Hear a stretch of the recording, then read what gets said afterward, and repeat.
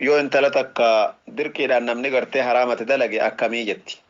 Yoo dirquma dhugaa ta'e diliin isiirra jiru abbaa dirqe sanirra jira. Garuu isaan lachuu toobatanii rabbitti deebi'uun dirqama jechuu. Ammoo namni gartee dirqiidhaan waatti dalagame ka agartanii dirqiidhaan kafarsiisan, dirqiidhaan haraamatti dalagan, dirqiidhaan haraama nyaachisan homaa isarra homaan jiru. Rabbiin guddaan agartee duuba laa yukallifullahu nafsan illaa wus'ahaa jedhee jira. Yoo ammoo gartanii duuba isiinillee sababaa itti taate yookaan duraan agartee tattaphatanii haasawanii namni sun haraamatti dalaguu dhufnan ammareef diddu taate isiinillee sababaa itti ta'uu saniif dilii ni qabdi. Ka agartanii intala fuudhee jiraa jetti. Ka ofii ammoo gartanii zinaa dalaguudhaan beekame. A'uudhu billah. Duuba intaltinni fuudhe sun akkam ta'a nikaan isaanii akkamii jetti. Nikaan isaanii homaan ta'u yoo intala halaalaan fuudhee jiraate. Seera si afran guuttatee yoo nikaa maharii isii kennee abbaa haadharraa gartee kadhatee fuudhee wakiiluma isiitirraa jechuudha. Eenyullee haa ta'u nama wakiila isii ta'uu danda'urraa fuudhee maharii isii guutee isaan lamaan jidduu wal dhageettiin jiraatee shaahidni gartee irratti dhaabbate kuni seera ofii guuttatee jira halaala. Gara birootii dhaqee ganda birootti intala birootti haraama dalaguun isaa ammoo baaba biraati sunis. Waan nikaa kana haraama godhu hin qabu. Laakiin badii guddoo keessa jira rabbi sodaatee irraa dhaabbatu sun qofaatti gorfamuu qaba. Laakiin nikaan halaalaa ka seera ofii guuttate sababaa zinaa gara biroo inni deemuuf irraan baddu nikaan tunii jechuudha. Seerri rabbii guddaa kun adlii qaba laal. Namni zinaa godhu maal nikaa wayiituu qabaree jechaan hin taatu. Fedhii abbaa fedheetiin hin murteeffamtu dubbiin. Shari'aa rabbiis numa addeessita haqiiqaa jirtullee numa ibsita. Akka sheekichi tokko guyyaa tokko jedhe farsoon najaasummaan qabduu jee taa'ee qaraasuu jira. Hayi sheekha balu farsoon homaan qabduu dhugaa jaanii bar jee achumaa itti butatee bar. Farsoon yoo huccuu namaaf facaate nama akka biyya keenyaafaa biyya kuffaaraa keessa jiru. Farsoodhummaan agartanii muka adda addaa irraa walitti qabanii godhan kun yoo gannaqanii sitti facaate najaasaa moo najaasaa mitiin hukumii biroo qabdi. Laakiin baaba dhuguu dubbataan jirru. Baaba bitachuu dubbataan jirru. Baaba gurgurtaa isii dubbataan jirru. Laakiin sii karaa deemu jumaa deemaa jirtu farsoo si facaasan. Farsoon na facaate akkamiin tahaa jettee gaafatte atamma. Lakki farsoon najaasaan qabdu deemi salaatis hin jaan. Baaba dhuginsaatii fi baaba gurgurannaa baaba bitannaa yoo taate haraama kuni subhaanallah. Kanaafuu gartee farsoon najaasaa miti jechaan dhuguun isii halaala jechaan kennitu yaa jiran. Adda baafatanii waan tokko hubatanii bilcheeffachuun amaana diinii rabbiin guddaan nurraa fedhu. Dubbiin dubbii qabriiti, dubbii jannataati, dubbii ibiddaati, dubbii waa waliin maxxansanii kaanii walitti hidhanii eega akkana taate kunuu maal qabaree jedhanii of sobanii areera ofi qabanii miti dubbiin. Rabbiin nu laaffisinna inshaallah obboleeyyan kiyya. Haqiiqaa namni barachuu deemu namni ibiddaa fi gartee jannata jidduu dhaabbatu of sobuun barbaachisaa miti. Jannata dhugumaan barbaadee ibidda dhugumaan jalaa baqachuu qaba. Akkas akkan taane jechuuf jenna. Tartiibni gartee duuba akkasi jechuudha. Zinaan agartanii homaan qabu jechaan kennu. Intala biroo halaalaan fuudhee seera sii guuttatee haadha halaala haadha mana halaala qaba. Ofii zinaan ragattaa'uu dideetiin nikaan isaanii kun maali? Walittuun dhaabbattu. Suni baabasaatti haraama rabbi sodaatee irraa dhaabbatu badii guddoo keessa jira. Tuni ammoo intaltina halaala jennaani. Kanaafuu dubbii akkanaa yoo walitti qabanii gaafatan adda baatinsiisii adda isaanisii kana fakkaatti jechuu barbaadeeti. Osoo gartanii intalli tokko yoo eega biyya Arabaa deemte achitti namni kadhatee fuudhe diliin isiin lafa Arabaa dalagdu sun abbaa dura ergateerra jirti moo gurbaa amma eegasii achitti kadhatee isii fuudherra jirti ija. Haga isiin heerumtutti abbaarra deebiti diliin sun. Eegasiin nikaan namichaa irra bu'e immoo galchuu danda'a dhaqee fudhachuu danda'a akkatti beekuttuu isii yeroo sanirraa qabee akkasiin agartee bakka haraamaatii fi ganda haraamaa keessa naannofne namicha isii fuudhetu irraatti gaafatamaa daqiiqaa sanirraa inshaallah. Zina dalaguu fi ilmoo ofirraa baasuu hamturra laaftuudha. Amma meegaazii talaala. Nama zinaa godhuu fi nama ilmoo ofirraa baasu hamtu diliinsaarra guddoodha. Deebisan zinaan min akbar al-kabaa'ir. Shirkitti ta'antu zina. Jabeenya sirraa namni fuudhe ajjeefamuun, jabeenya sirraa namni dardaraa intalti dubraa xiilaan garafamanii biyyarraa arihamuun guddina macsiyaa tanarraa.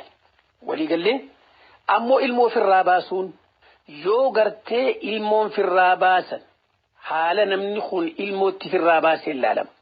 yoo ilmoo firraa baafte karaa hospitaalaatiin yoo ilmoon tun guddatte haatiin duuti jedhanii firraa baasuu qabdi yoo jedhan wanni gartee baatii takkaa baatii lama huma takka illee hin jiru. Sigalee yoo ammoo qartanummaan nagayaa miskiinummaa sodaati waan akkanaatiif hafirraa baaftu taate wanni gartee baatii takkaa fi laman dabrin wanni isiirra jiru ganaa waan akkanaa ittiin deebi'u jettee toobaa rabbii siida araarama kadhachuudha maasiyaa gurguddoorraa ilmoo firraa baasuun. Yoo ilmoon san ammoo ilmoo baatii afurii lubbuun ruuxiin itti uumamte taate tuni gumaalleen irra jira akkuma san kaffaaraan baatii lama sommanuulleen irra jira jechuudha lubbu jeefte. Tanaaf jecha ilmoo firraa baasuunis bifa akkasiin laalamti. Zinaanis akka armaa olitti dubbanne san adda addaan bifa addaa qabdi jechuudha. Intalti dhalaa takka yoo ilmoo zinaa firraa baafte hoo hukmin isaa maali? Deebisaan ilmoo gaafachuu dura zinaarraa gaafachuu dura ilmoon zinaarraa dhufte. Zinaanis dilii guddoo kabaa'irarraa. Ilmoo firraa baasuunis akkuma armaa olitti dhageessanii bifa isiin itti firraa baasanii tulaalama haruma cufattu lubbuu baasuun haraam callaadha. Intala takka buteetiin duuba hamtuutti dalagee garaa godhattee achi boodaan ni kaanaa godhan. Nikaan sun maal je'amaa? Ilmoon jara lamaan kana jidduu argamte maal je'amtii? Furmaanni jara lamaan kanaa maalii jedha? Yaa gabroottan rabbi. Dhalaa butiinsi aadaa fokkottu addunyuma cufaa keessattu. Arabni iqtisaab jedhan.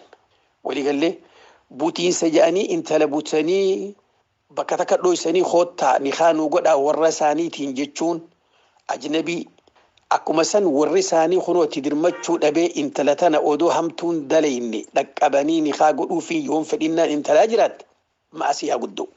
Namtichi kun warri isaanii ture je'ee deebee intala tanatti zinaa godhuun min akbaril kabaa'iri dilii gurguddoo.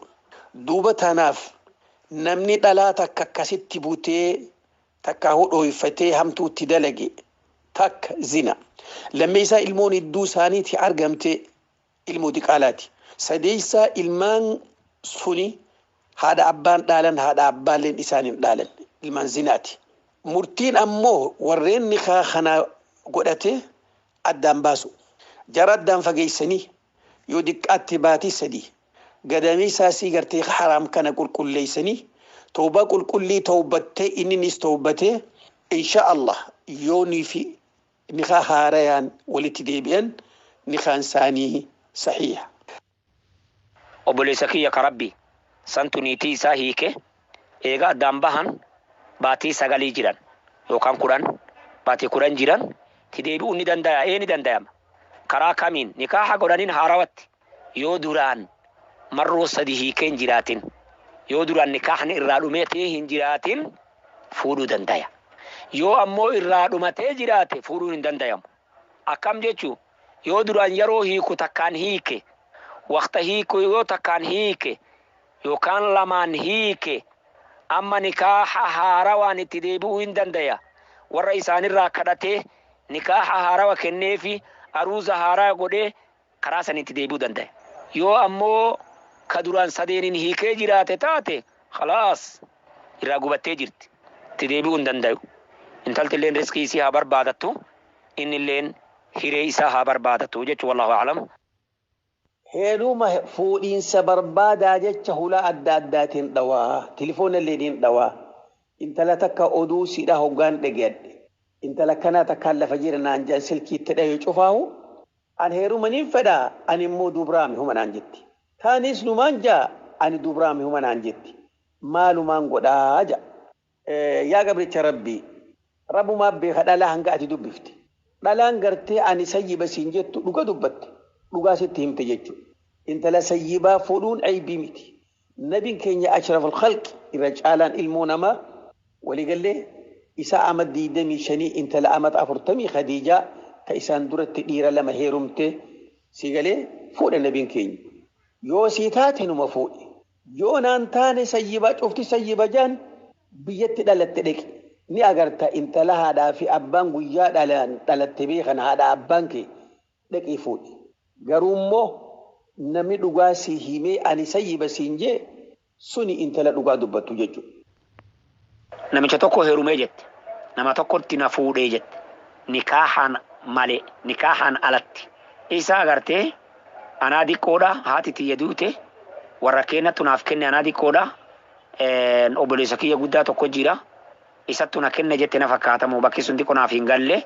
Haa ta'u eegasii namichi eega guddanne booda agartee namichaan wal jaalanne ati nama haadhaan qabdu kasi gurgurtu. Akkanumatti fudhadhee manatti siin galadha naan jedheeti. Eegaanleen jaaladhe fuudhee manatti naan galatee jette. Na fuudhee jette na fuudhee. Siin fuune zinaa si godha. Siin fuune zinaadhaa si godha. Zinaan sitti gala. Zinaan wajji jiraattan. Yoo kasirraa hore taate karaa zinaadhaa ka shari'aa islaamaatiin alatti waliin jirtan, waliin hortan, waliin agartee jirtan jechuudha. Maqaa bareedaa shari'aa san hin kenninaafi. Na fuudhan jedhini zinaa na godhe jedhe. Maaliif? Hukmii shari'aa maqaadhaa kennaniif. Shari'aan islaamaa tuni ziwaaja jedhan, fuudha jedhan, heeruma jedhan. Maqaa bareedaa islaamni kenneef. Ka ammoo zinaa hoo zina fuudhaa miti. Kanaafuu Rabbiin Quraana keessatti maal jedha? Walaa taqrabu zinaa innahu kaana faaxishatan wasaa'a sabiila. Zinaatti hin dhihaatinaa maaliif jennaan inni haalaan waan hamaadhaa ta'e. Kanaaf jecha obboleeyyan islaamaa maqaa fokkataa maqaa bareedaan kenninaafi. Namichi zinaadhaan si godha. Tawbaan kenna maali? Tawbaan keessan baatii takka addaan fagaattanii addaan baatanii bakka bakkatti jiraattanii baatii takkaan boodatti akka haarawa warra keessanirraa si kadhatee haarawa si fuudhuu qabaa jechuudha. Warri keessan islaama moo islaamaatti ani hin beeyne akkamitti intala isaanii tanikaaha malee namaan waliin galtu akkamitti hayyamanii ani hin beeku. Yaani waan ani hin fahamne takka beeyta wal gaafatan. Kanaafuu gabaabinatti gara hukumitti haa deebi'u. Tawbaan keessan dura baatii takka addaan fagaattanii achi booda nikaaha si godhuu qaban warri keessan. Eega warri keessan nikaaha si godhe booda harka keessan rabbi dura qabadhaa. Yaa rabbi nuuf irra dabri jedhaa. Rabbii keessan itti waywaataa. Rabbi kakadhadhaa takka. Tawbaan sadii iddoo shartii qabdi. Takka waan duraan isinirraa tahe san irraa tawbatu irraa bahu irraa buqqa'u. Lammaffaa irraa sheena'u dalagaa teessan tazinaa sanirraa. Sadaffaa murteeffatu akka ittiin deebine. Rabbiin ghafuuru rahiimi eegasi isiniif dhiisaa jechuun insha Allah ta'ala yoo akkasitti agartee tawbattanii haarawatti nikaaha wal godhattan. Ammarraa guyyaa ardhaa kanarraa yoo dhaamsi kiyya kun si dhaqqabe namicha san wajji jiraachuun qabdanii addaan bahaa. Kanaafuu obboleeyyan islaamaa rabbii keessan sodaadhaa. Waa'een zinaa waan tabaatii miti. Waa'een zinaa waan rabbiirraa nama fageessa. Waa'een zinaa waan akhiraa namaa balleessa. Waa'een zinaa waan jahannama nama seensisa. Waa'een zinaa waan agartee sharafa namaa agartee dhawwa'ee madeessa. Kanaafuu irraa haa fagaatanii isiniin jedha. Obboleettiin sunilleen gama rabbii isaanii siif dhiirsisiilleen deebi'anii irraa haa tawbatanii haarawatti nikaaha wal godhatanii. Kasanirra daranii waan jette obboleettiin sunin dhiirsi kiyya guyyaa inni fudhatee manatti naan gale warri isaanii aadaa taatufan hin beeku. Hoolaa qalaniiti dhiiga fuula na dibanii jette kallatti na dibanii jette kallatti jechuun dhiigu wanuma na fakkaate fuula na fakkaate.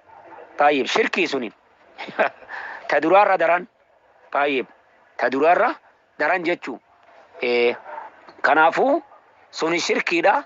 Akkuma ka duraa sanin illeen tawbaa barbaachisa. Gama rabbii kan kee tawbadhu gama rabbii kan kee deebi'aa. Waan akkasii waan aadaa Oromoo jedhanii yookaan agartee jinniidhaaf gorra'an yookaan shayxaanaaf gorra'an ka akkasii sanillee irraa fagaatuu qabdan. Lamaan iyyuu tawbaa barbaachisa. Gama rabbii keessanii deebi'atanii gama rabbii keessanii deebitanii tawbattanii yaa rabbi nuu dhiisi jettanii halkanii fi guyyaa rabbii keessan kadhachuu qabdanii. Ilmoon yoo dhalatte maal taati? Ilmoon ilwaladu zinaa. Yookaan nikaahni wahii ka shubhaan jiraatin nikaahni wahii agartee ka fakkiidhaa yoo hin jiraatin ka namatti wal fakkeessu yoo hin jiraatin nikaahni keessan ka duraa suniin akkanumatti waliin jiraattan suniin ilmoon irraa argamte wanni san irraa argamte hundi baaxila jechuudha.